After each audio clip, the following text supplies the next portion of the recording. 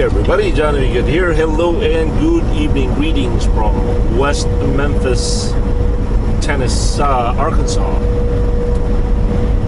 Today once again is Friday. Happy Friday everyone. August 2nd.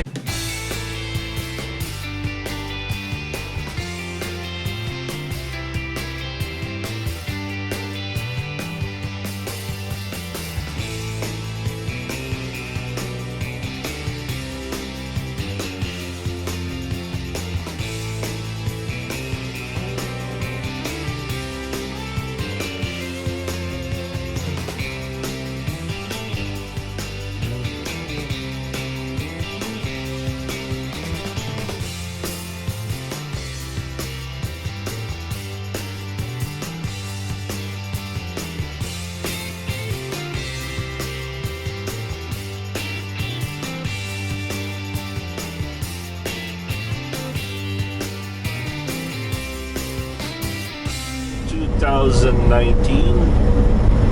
Local time is 7:21. Temperature is 84 degrees. Grace and I are still continuing our journey to Bethlehem, Pennsylvania, which is 1,027 miles. I kind of regret the route that I took today. What happened was, when I woke up this morning, I was a little bit worried about the traffic, so I took 35 north all the way up to Denton, Texas, to Whitesboro, Texas, cut over to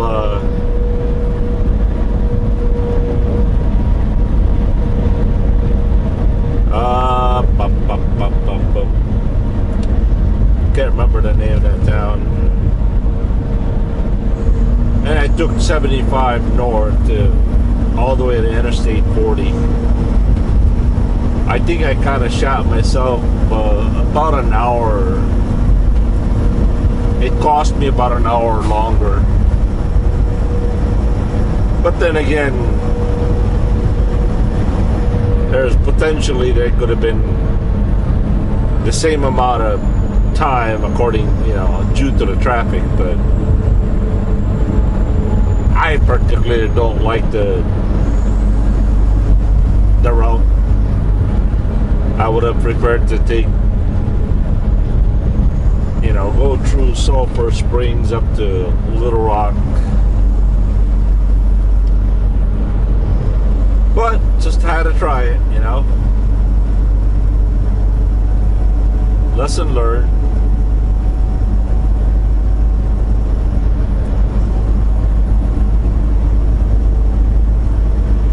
What else is going on?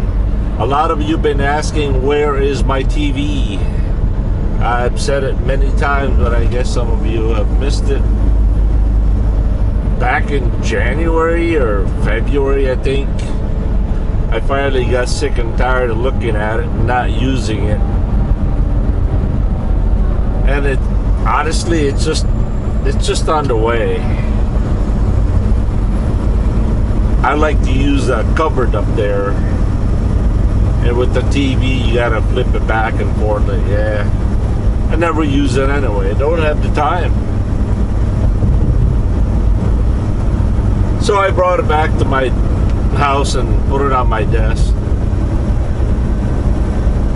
I'm probably gonna get a computer tower and use the TV as a monitor.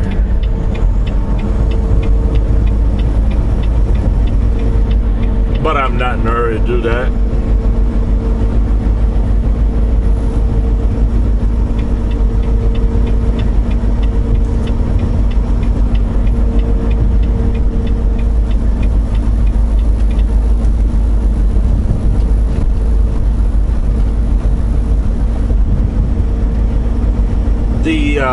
The camera I'm using right now is the Sony FDR X3000.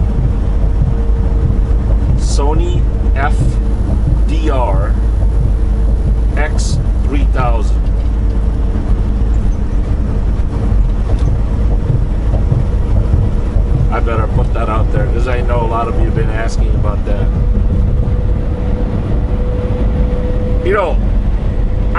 remember because somebody asked me on the email.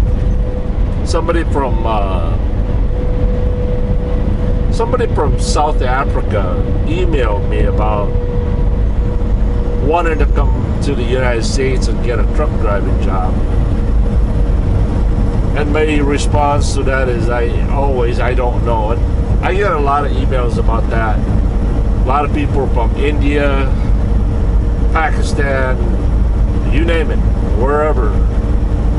People always want to know, hey, can you help me out? Can you help me get a job? And I really don't know. I don't know any American truck company that will hire outside of the United States. But in recent event, and I just realized this yesterday, in recent event, as from last week, when that Croatian driver approached me, for those of you who don't know or missed that video, last week when I picked up a load out of Appleton, the truck driver that was parked right next to me had a very interesting story to tell. 4 years ago, 4.5 years ago, he was watching JBG Travel's videos. He said he was a truck driver of Croatia and Europe. Anyway, he started watching my videos. About 2 years later, he applied for a job at Bison Trucking out of Winnipeg, Canada. And he's been trucking for 2.5 years ever since. And so with that story in the background, I guess I could tell people, why not try Bison Express or Bison Trucking out of Winnipeg, Canada? Because that's exactly what that driver told me. That he applied for the company or a truck driving job. They gave him a job, and he's been trucking for 2.5 years. And get this, I mean, I don't. It's not me, you know. It's just I'm just doing videos. I'm not taking credit for it. It is what it is. He said back when he started watching, before he started watching my video, he didn't really speak English that well. But he kept listening and studying, and he doesn't speak perfect English. But I tell you what, it was almost impossible to think that he's only been in North America for 2.5 years, because he spoke really good English. And because of my video, of course, he had to go to truck driving school in Canada and get all that certificate and all that stuff. But because of my videos, he knew what the generality of trucking was here in Canada and the US. Basically, trucking in the US and Canada is the same, except for the logbook rules and all that stuff. But how to fuel the truck is the same. It's a little different in Europe, I guess. They have a different configuration trucks.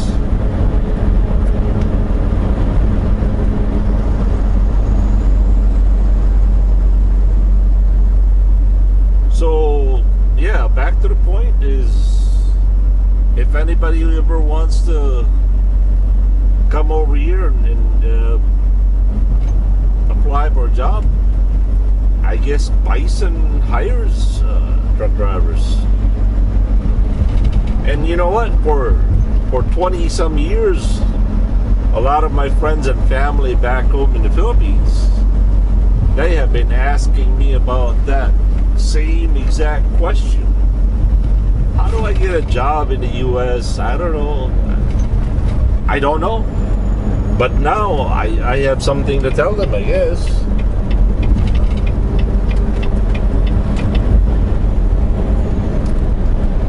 And that's pretty cool.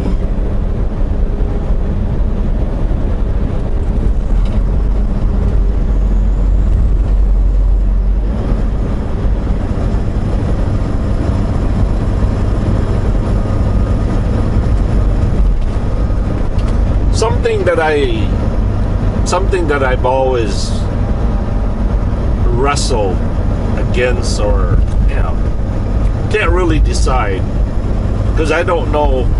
I'm not an economics person. I'm just me. They always say, well, trucking industry is short of drivers.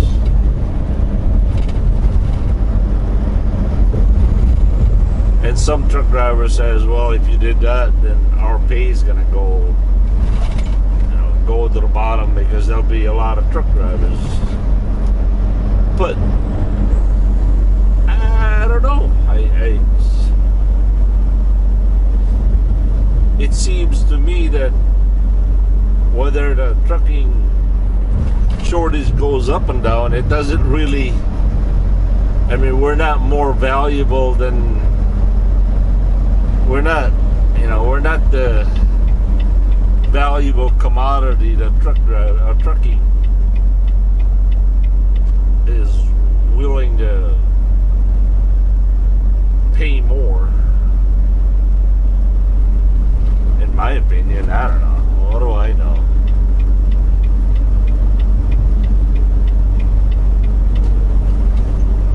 So, what do you think? What would happen if? What would happen if 20,000, 50,000, 100,000 truck drivers from around the world came to the United States and filled all these vacant seats, those vacant trucks that we see, like Werner, JB Swift? They've got trucks lined up in their yard with nobody in it. What would happen to the truck driving economy? I mean, it would be good for the United States economy, of course. Nobody can deny that, right? But would that cheapen our income?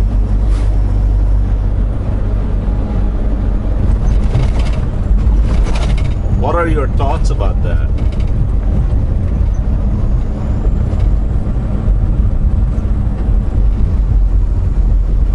Many years ago when I worked for JB Hunt, I went through a recruiting person.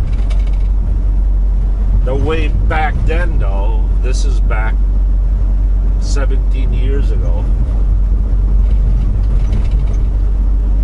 When I worked for JB Hunt, when I applied for JB Hunt, I applied at a trucking recruiter. That's not really. He didn't work for JB Hunt. He was a recruiter, not for JB Hunt. I don't know.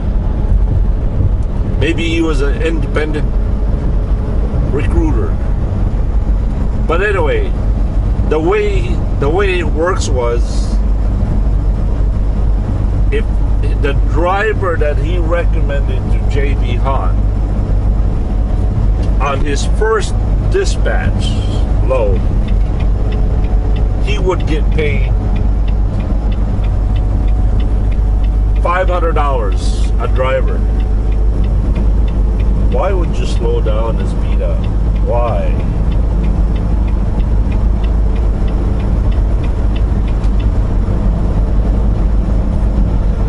So he made $500 on each driver the moment they got dispatched. You didn't have to wait 30 days or 90 days. $500 a pop. And I thought, wow. Automatically I thought, you know, there's a lot of good truck driving or bus drivers in the Philippines. And I'm thinking, if I could just be a recruiter, $500 a driver, that's a lot of money.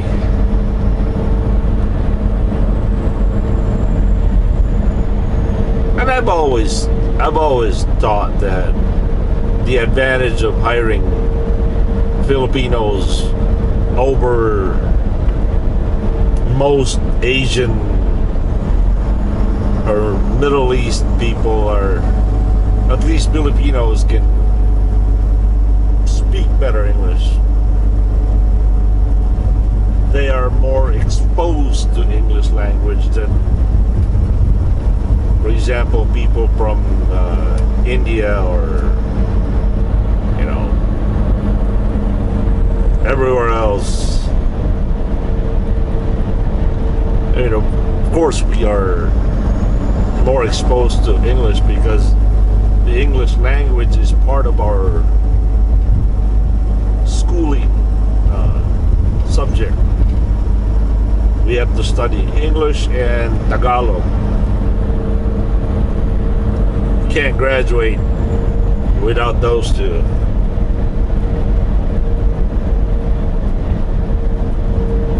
Unlike other countries, they don't even have English as their subject in school. But anyway,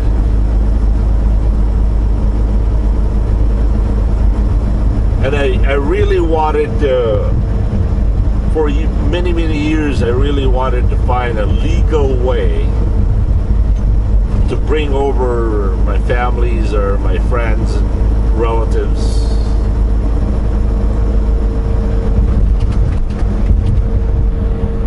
But there was really never a good way to bring them over, not legally anyway.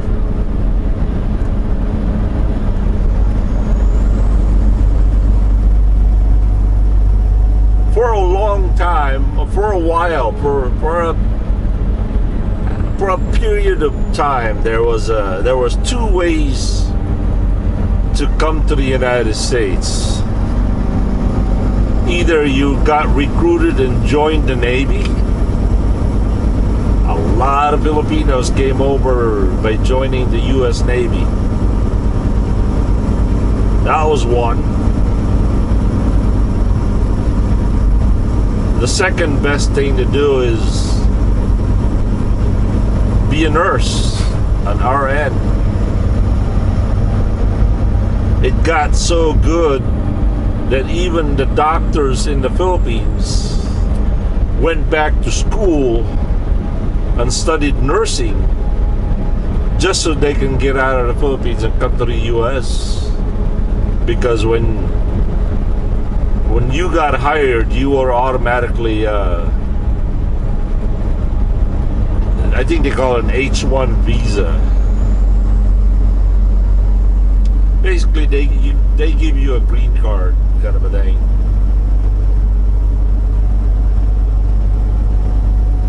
And of course, the physical therapist, that was pretty hot as well. And the last one that I know of was teachers. When you were a teacher, they hired you here in the United States.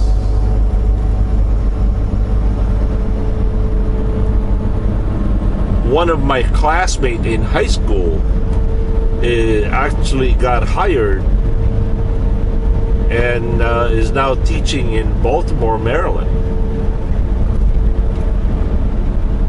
And with the Maryland, Baltimore in the news, And I'm thinking, that explains it. Nobody wants to teach in Maryland. I shouldn't really say that, but that's got to be the outcome, right? You know, it's a least ideal place to work, so they have to outsource the teachers.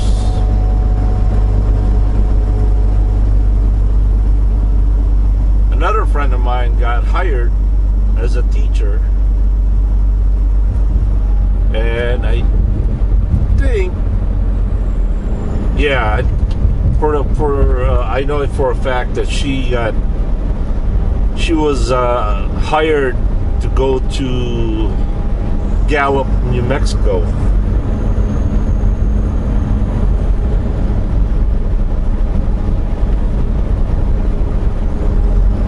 Oh, the shock that she got when she got to Gallup. See, this friend of mine was a city girl, and they were pretty well off back home. And to come to the United States in the middle of the desert, that was a shock. You see, when people come to the United States, they think the United States is like New York or Chicago or LA, you know, big modern cities. They don't know about the in-between the cities.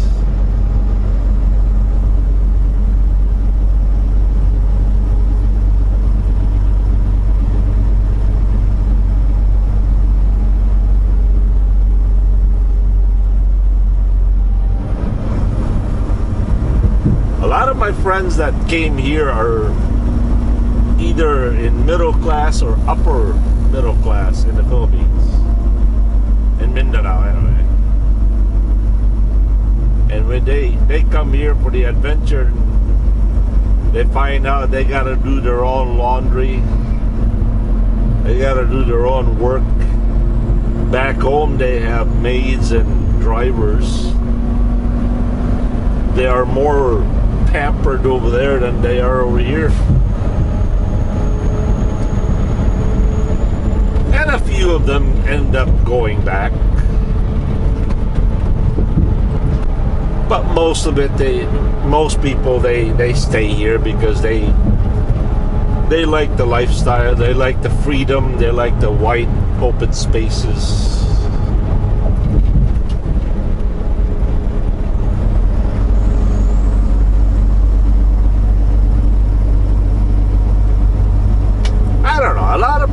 A lot of people on the news, they always say the American dream is dead. That has been proven wrong day after day after day, and every immigrant that comes here. There are a few exceptions, I would imagine, but for the most part, now I can only talk about Filipinos. For the most part, that most Filipino that comes here, they get a job. They can finally own a house, or not a house. You can actually buy a car.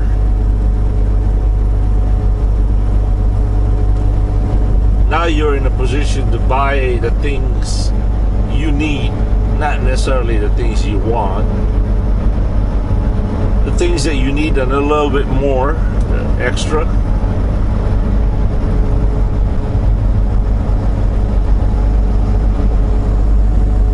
So I don't know. I think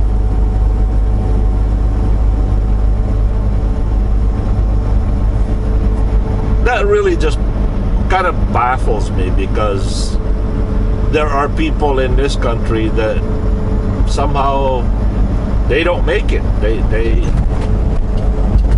were born and raised here and they got nothing to show for it. And yet immigrants come over here and they thrive. I don't know why that is.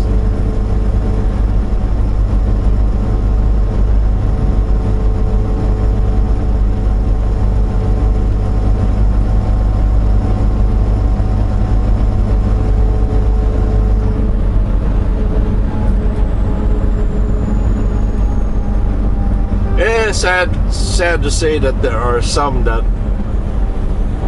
Filipinos that come over here. They get spoiled rotten, and they end up buying things they don't want, they don't need. They buy, $300,000-$400,000 houses, work 2-3 jobs just to pay for it.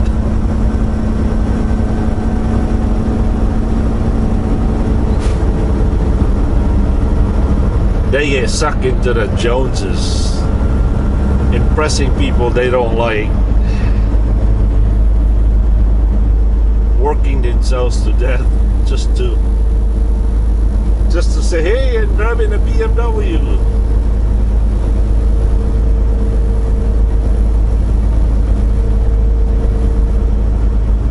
I think most Filipinos that are in that stuff, that foolishness,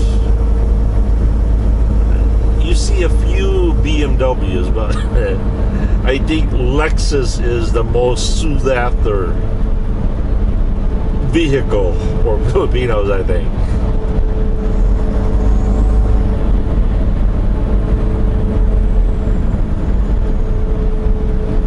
Especially the nurses. The nurses in Houston, Texas. Oh man, they've got houses like you'd never believe. They get paid a lot of money too.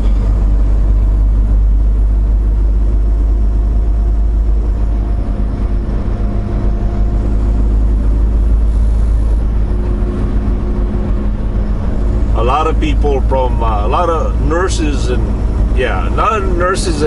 California are getting out of California and moving to Texas because they can earn twice as much and get taxed a lot less, and the housing is a lot cheaper.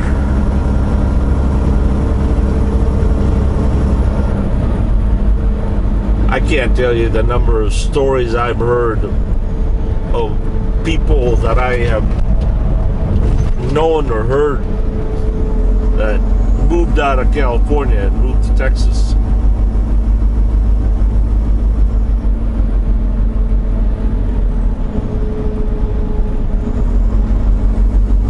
Yeah, the houses in California are just extremely expensive. I don't understand why that is. Taxes are expensive, houses are expensive.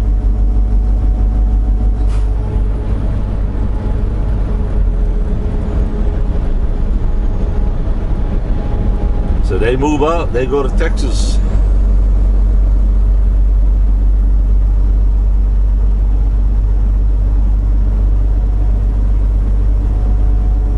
A very, very good friend of mine, his wife is a physical therapist.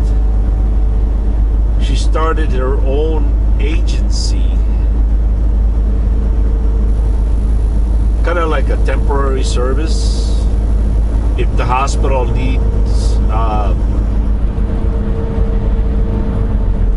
physical therapist for the weekend or for a fill-in job,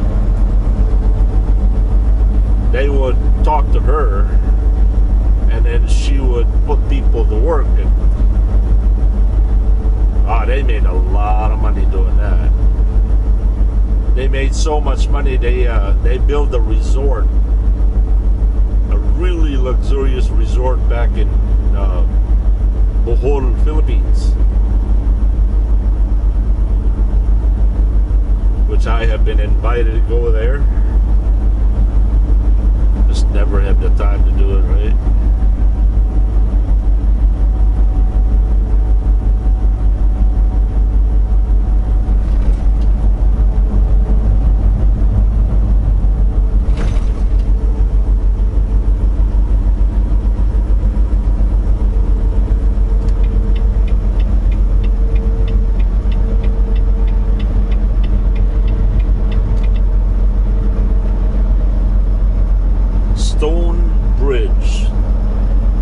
Stonebridge, Tennessee.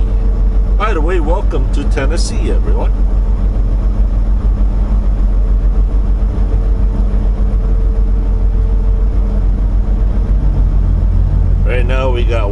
hour and 34 minutes remaining to drive.